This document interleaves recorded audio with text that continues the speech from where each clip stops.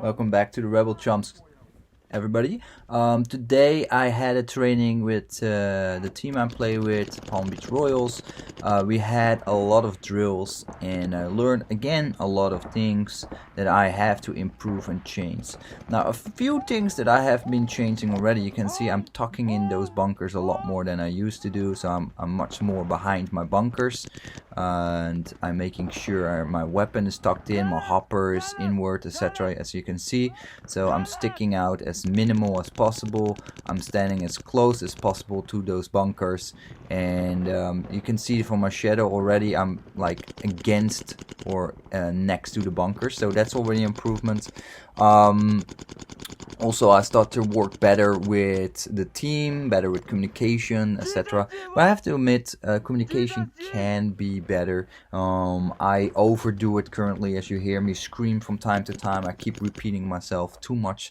I should, like, for example, repeat myself like twice, take a break, hold, and listen to what everybody else says, and then repeat whatever is being said by other players. Here we had a little bit of a mess up of the positioning from the break or before we started.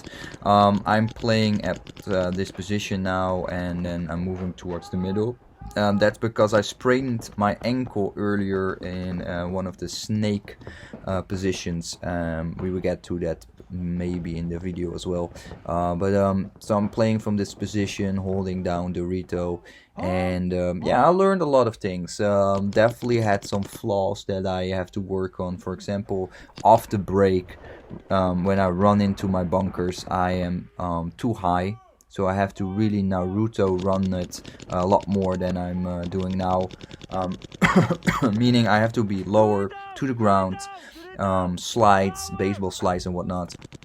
But actually I don't feel comfortable doing baseball slides at the moment because I don't have the proper sized elbow or knee protectors, and I have dislocated my knees in the past with aggressive inline, so I'm very scared of dislocating my kneecaps again while doing a slide or whatnot. So that makes me very apprehensive from doing it, and it's actually limiting myself at the moment, so that kind of sucks. So I'm moving up to the Dorito. I kind of like playing the Dorito side kind of a lot. To say it's becoming one of my new favorite play styles or positions. Dorito side's pretty cool.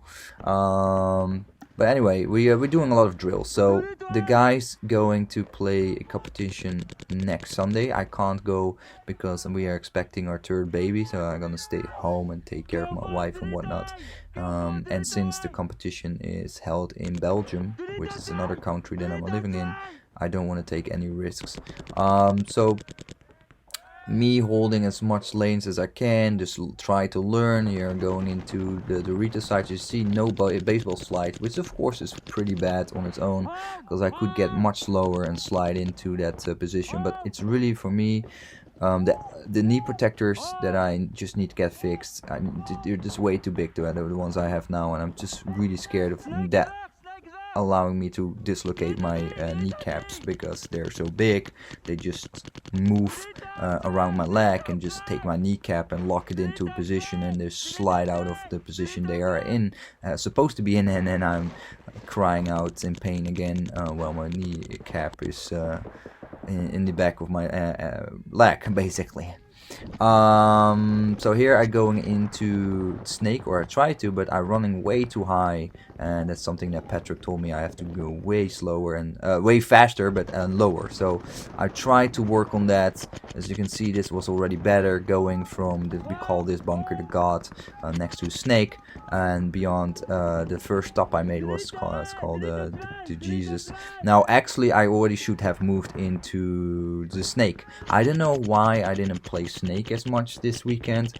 I should already have been laying in snake 1 or snake 2 near the 50. I don't know why I did not do that, but maybe because these were a lot of these games that I'm starting with in the video are 3-man games, so 3 versus 3, and we just cover each position from different sides. So this is also, I think, the game where I'm actually spraying my ankle. At some point, I think it's in this game, I go into the 50, near the 50, snake, the first snake, and I just moved my ankle and it just twisted so bad, it hurt so bad, that the rest of the time they let me play home position, this bunker right in front of me.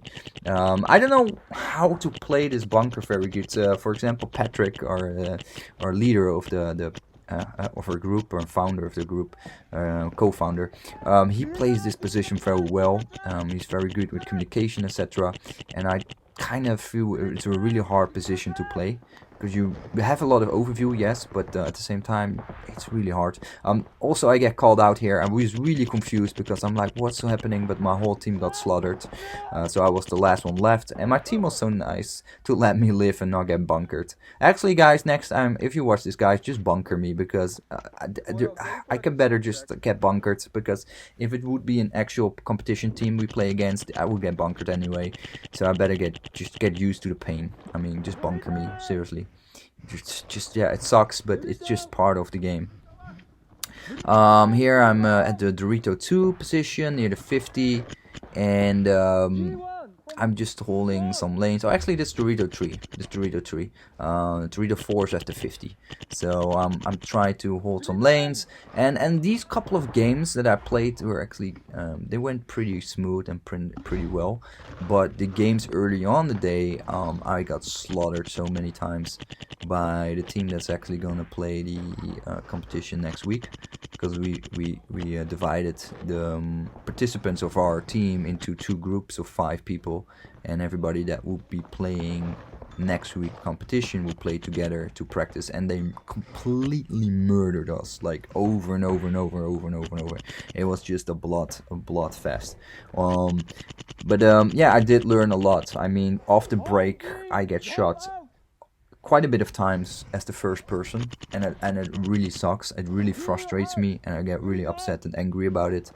I definitely threw some F-bombs and whatnot, because I just don't want to be that guy that gets shot out first for stupid reasons, like just running into the field and just get shot off the break. That to me is like the most frustrating thing ever.